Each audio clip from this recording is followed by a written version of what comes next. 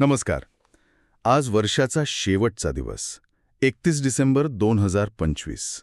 नवीन वर्षाची चाहूल लागली आहे आणि साताऱ्यात तर उद्यापासून एक मोठा उत्सव सुरू होतोय.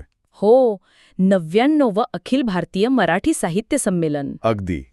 आणि याच निमित्ताने आपल्या एका श्रोत्याने काही खूपच रंजक कागदपत्र पाठवली आहेत. अच्छा. यात संमेलनाच्या इतिहासावरचा एक लेख आहे आणि अध्यक्षांची सुरुवातीपासूनची संपूर्ण यादी आहे. आणि त्यांचा प्रश्नही खूप महत्वाचा आहे. काय प्रश्न आहे? त्यांचं म्हणणं आहे की साहित्य संमेलनाच्या इतिहासात सातारा जिल्ह्याचं योगदान इतकं प्रचंड का आहे. चला तर मग या स्रोतांच्या आधारे या सातारा पॅटर्नचा शोध घेऊया. प्रश्न खूपच महत्वाचा आहे, कारण वरवर पाहता हे आकडे थक्क करणारे आहेत. आपल्याकडे असलेल्या या स्रोतांमधून या प्रश्नाच्या मुळाशी जायचा प्रयत्न करूया. ज्याने अगदी शांतपणे म्हणजे केवळ नावांची आणि तारखांची मराठी साहित्याला एक वेगळीच दिशा दिली. मराठी साहित्य कदाचित अनेकांनी याची कल्पनाही नसेल. तर आज आपण याच जिल्ह्याच्या आत दडलेल्या साहित्यिक खजिन्याचा शोध घेणार आहोत. या कागदपत्रांमध्ये काय काय सापडतंय. आता हा आकडा काही साधा सुद्धा नाही. याच्यामागे एक मोठी परंपरा आहे, यादीत सर्वात पहिलं नाव दडलेलं आहे. पण 1878 नक्की कसला आकडा आहे हा? आणि अध्यक्ष होते न्यायमूर्ती महादेव गोविंद रानडे. आजपर्यंतचे 98 अध्यक्ष झाले. या परंपरेची सुरुवातच एका महान समाजसुधारक, अर्थतज्ञ आणि विचारवंताच्या अध्यक्षतेखाली झाली. म्हणजे हे केवळ कवी लेखकांचं संमेलन नव्हतं, तर सुरुवातीपासूनच त्याला एक वैचारिक आणि सामाजिक वजन होतं. म्हणजे न्यायमूर्ती रानडेंसारखी व्यक्ती अध्यक्षस्थानी असणं हे त्या काळात या उपक्रमाला मिळालेली सर्वात मोठी प्रतिष्ठा होती. चला आपण मिळून शोधूया. पायाच खूप भक्कम या आहे. प्रश्नाच्या मुळाशी जायचं असेल ना, तर आपल्याला सगळ्यात आधी त्या अध्यक्षीय परंपरेकडेच बघावं लागेल. कारण साताऱ्यानं दिलेलं हे नेतृत्व काही अचानक आलेलं किंवा 2-4 वर्षांपुरतं नव्हतं. हा एक खूप मोठा प्रदीर्घ असा प्रवास होता. अशी महाराष्ट्राबाहेरची नावं दिसत आहेत. परंपरा किती जुनी आणि खोलवर रुजलेली आहे हे बघा. सुरुवात होते 1905 साली रघुनाथ पांडुरंग करंदीकर यांच्यापासून. त्यानंतर मधल्या काळात आचार्य जावडेकरांसारखे, गदी माडगुळकरांसारखे दिग्गज हा वारसा पुढे नेतात. आणि अगदी 100 वर्षांनंतर न स इनामदार यांच्यापर्यंत तो टिकून राहतो. हे जे सातत्य आहे ना, ते साताऱ्याचं महत्त्व अधोरेखित करतं. मराठी पण थांबा, गोष्ट इथे संपत नाही.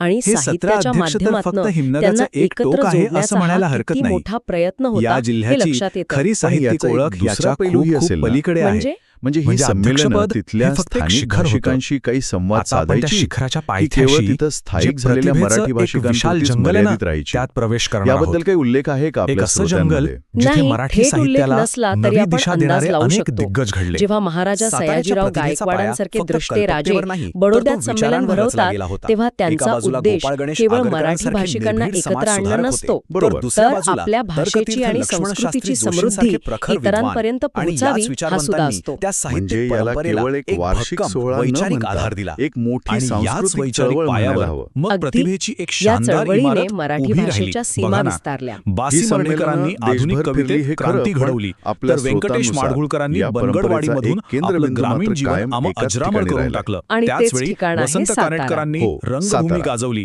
आणि नाह आपटेंनी ऐतिहासिक कादंबरीला नवे आयाम दिले. म्हणजे प्रतिभा किती वेगवेगळ्या रूपातून प्रकट झाली होती, नाही का? पण हे सगळे लेखक आपल्याकडे लेखानुसार आजवर झालेल्या 98 संमेलनांपैकी तब्बल 17 संमेलनांचे अध्यक्ष. आता आपण पाहूया की हे सगळे धागे एकत्र येऊन आणि हे सगळे सातारा जिल्ह्याचे होते. जुना आणि नवा जिल्हा मिळून जिल्ह्याच्या योगदानाचं वैविध्य खरंच थक्क करणार आहे. म्हणजे विचार करा, एकाच मातीत ऐतिहासिक कादंबऱ्या फुलल्या, आधुनिक कविता रुजली, नाटकं गाजली आणि समाज सुधारणेची एक मोठी चळवळ उभी राहिली. एवढंच नाही तर संत साहित्याच्या अभ्यासापासून ते अगदी डॉक्टर मॅक्सिम बर्नसन यांच्यासारख्या आंतरराष्ट्रीय विद्वानांनाही या जिल्ह्यानं आपलं केलं. कमाल आहे. आवांची गुणवत्ता पाहिली की आपण आणखीनच चकित होतो. सातारा म्हणजे फक्त काही महान व्यक्तींची यादी नाही, तर ती एक संपूर्ण साहित्यिक परिसंस्था होती. एक असं वातावरण जिथे लेखक, विचारवंत आणि तिथल्या परंपरा एकमेकांना प्रेरणा देत होत्या. आणि त्यामुळे तिथला सर्जनशीलतेचा झरा कधीच आटला नाही. हा तर झाला गौरवशाली भूतकाळ. पण प्रश्न असा आहे, इतकी मोठी परंपरा औंधसारख्या संस्थानांनी दिलेला राजाश्रय. औंधचे राजे भगवानराव पंत प्रतिनिधी स्वतः 1944च्या संमेलनाचे अध्यक्ष होते.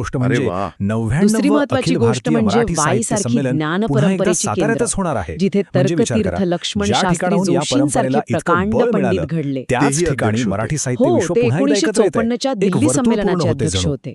आणि हे तिसरं सगळं कारण पाहिल्यावर म्हणजे एक प्रश्न मागे प्रबोधनाची आणि उरतोच समाज की सुधारण्याची एखाद्या मोठी जागेमध्ये परंपरा. तिच्या हो, या मातीमध्ये लेखात अशी नेमकी गोपाल काय गणेश जादू असते आगरकरांचं की नाव तिथे आहे, पिढ्यानपिढ्या ते टेंभूचे. प्रतिभेचा झरा असाच बरोबर. अखंड वाहत म्हणजे राहतो. सुधारणेची साताऱ्याच्या या मशाल वारशाने पेटवणाऱ्यांपैकी आपल्याला एक हा विचार करायला ह्याच नक्कीच मातीतला. भाग पाडला आहे. या सगळ्यामुळे तिथे एक बौद्धिक आणि साहित्यिक वातावरण, मराठी एक साहित्यामध्ये परिसंस्था, एका ecosystem जिल्ह्याची तयार झाली गोष्टच असावी. खूप वेगळी आहे. नक्कीच. आणि चला, या परिसंस्थेतून आज तीच कोणकोणती गोष्ट रत्न पाहूया. बाहेर पडली सुरुवात बघा. करूया एका आपले आकड्याने. लाडके 17. ग. माडगुळकर. काय आहे हा गदिमा. आकडा? ते आजवरच्या 1973 साली 98 पैकी यवतमाळच्या तब्बल 17 संमेलनाचे साहित्य अध्यक्ष होते. संमेलनाध्यक्ष गदिमा एकट्या हे नाव सातारा ऐकून जिल्ह्यातून आले. अनेकांना वाटेल की ते तर यावरूनच गीतकार साताऱ्याचं होते, योगदान गीत किती मोठं रामायण आहे करते हे होते. दिसतं. पण पण हे त्यांचं संमेलन आहे तरी अध्यक्षपद काय? भूषवणं सोप्या हे भाषेत त्या सांगायचं तर काळात हे आहे साहित्य आणि मराठी साहित्य चित्रपटसृष्टी विश्वातलं सर्वात यांच्यातल्या मोठं नात्याबद्दल आणि खूप काही सांगून महत्त्वाचं जातं. संमेलन. बरोबर. आणि आणि हे गंमत संमेलन म्हणजे संपूर्ण फक्त भारतात तेच होतं, नाही, ज्यामुळे अजून कोणी साताऱ्याचं आहे? कर्तृत्व त्यांचे आणखी बंधू मोठं ठरतं. प्रसिद्ध लेखक व्यंकटेश साताऱ्याची ही माडगुळकर, परंपरा काही ज्यांना आपण कालपरवाची मानदेशी नाहीये. माणसामधून ती ओळखतो. 100 वर्षांहून ते अधिक सुद्धा. जुनी ते आहे. सुद्धा आणि अध्यक्ष हे होते. अध्यक्षही वेगवेगळ्या 1983 क्षेत्रातले साली होते. अंबेजोगाई कोणी संमेलनाचे. कादंबरीकार, तर एकाच कोणी घरातून विचारवंत 2 आणि संमेलनाध्यक्ष हे पण खूप दुर्मिळ अध्यक्षपद उदाहरण म्हणजे आहे. तर फक्त म्हणजे ही एक हिमनगाचं टोक पिढीजात झालं. परंपरा दिसते. खरं तर या यादीत अजून जिल्ह्याने एक नाव माझ्या कवी, नजरेत भरतंय. कादंबरीकार, ना. विचारवंत, इनामदार, साहित्याच्या प्रत्येक ज्यांनी आपल्या प्रकारात मोठे ऐतिहासिक लेखक दिलेत. कादंबऱ्यांमधून म्हणजे मराठी बघा, माणसाला हा इतिहासाचं योगायोग वेड नाही. लावलं. तेही ही याच एक मातीतले. खोलवर आणि रुजलेली फक्त सांस्कृतिक कादंबरीकारच परंपरा नाही, आहे. तर कवी आणि सुद्धा. आता हेच कवी, संमेलन कोण? पुन्हा कवी साताऱ्यात वसंत होतंय. बापट, या गोष्टीत मुंबईच्या आता कोणता नवा 1999 अध्याय सालच्या लिहिला जाणार? संमेलनाचे अध्यक्ष, तेही कराडचे. वा, म्हणजे मराठी विचारवंत, साहित्यामध्ये राजे, एका गीतकार, जिल्ह्याची कादंबरीकार, गोष्टच कवी. खूप हो, वेगळी आहे. साहित्याच्या चला, प्रत्येक आज प्रकारात तीच गोष्ट साताऱ्याने पाहूया. आपलं नेतृत्व सुरुवात दिलंय. करूया आणि एका ही आकड्याने. यादी केवळ 17. अध्यक्षांपुरती काय आहे हा मर्यादित आकडा? नाहीये की नाही. आजवरच्या वेखाली नावं 98 आहेत. पैकी आहेत ना. तब्बल 17 आधुनिक साहित्य मराठी संमेलनाध्यक्ष कवितेचे प्रणेते एकट्या बासी सातारा जिल्ह्यातून मर्ढेकर, आले. हे मर्ढे गावचे. यावरूनच साताऱ्याचं नाटककार योगदान किती वसंत मोठं आहे हे कानिटकर, दिसतं. रहिमत पण हे पुरचे, संमेलन आहे तरी उपरा, काय? या सोप्या भाषेत आत्मचरित्राने सांगायचं मराठी तर हे साहित्यात आहे क्रांती मराठी घडवणारे साहित्य लक्ष्मण माने. विश्वातलं तेही सर्वात साताऱ्याचे. मोठं हो. आणि आणि महत्त्वाचं एक संमेलन. नाव तर या आणि सगळ्यापेक्षा हे संमेलन वेगळं संपूर्ण आणि खूप भारतात विशेष होतं, आहे. ज्यामुळे कोणतं? साताऱ्याचं डॉ. कर्तृत्व मॅक्सिम आणखी बर्न्स. मोठं ठरतं. या अमेरिकन साताऱ्याची नागरिक. ही पण परंपरा त्यांनी काही आपलं कालपरवाची आयुष्य नाहीये. फलटण ती 100 परिसरातल्या वर्षांहून अधिक जुनी बोलीभाषेच्या आहे. आणि आणि हे संस्कृतीच्या अध्यक्षही अभ्यासासाठी राहिलं. वेगवेगळ्या अच्छा. क्षेत्रातले होते. त्यांचंही कोणी कार्यक्षेत्र कादंबरीकार, सातारा तर जिल्हा. कोणी विचारवंत यावरून आणि लक्षात येतं नाटककार. की या पण जिल्ह्याच्या मातीत अध्यक्षपद असं म्हणजे काहीतरी तर फक्त आकर्षण आहे हिमनगाचं टोक जे झालं. केवळ मराठीच खरं नाही. तर या तर जिल्ह्याने परदेशी कवी, अभ्यासकांनाही खेचून कादंबरीकार, आणतं. विचारवंत, खरंय. साहित्याच्या निव्वळ प्रत्येक योगायोगाची प्रकारात गोष्ट मोठे नाही. लेखक दिले. नाहीच. इथे म्हणजे बघा, पिढ्यानपिढ्या हा ज्ञानाची, योगायोग नाही. कलेची आणि ही एक विचारांची मशागत खोलवर झाली आहे, रुजलेली ज्याचं सांस्कृतिक फळ परंपरा आपल्याला आहे. ह्या 17 आणि अध्यक्षांच्या आता रूपाने हेच दिसतं. संमेलन पुन्हा हा साताऱ्यात सातारा होतंय. पॅटर्न या खरंच गोष्टीत आता अभ्यासण्यासारखा कोणता आहे. नवा अध्याय लिहिला या जाणार? सातारा पॅटर्नमुळे मला एक विचार सुचतोय. या संपूर्ण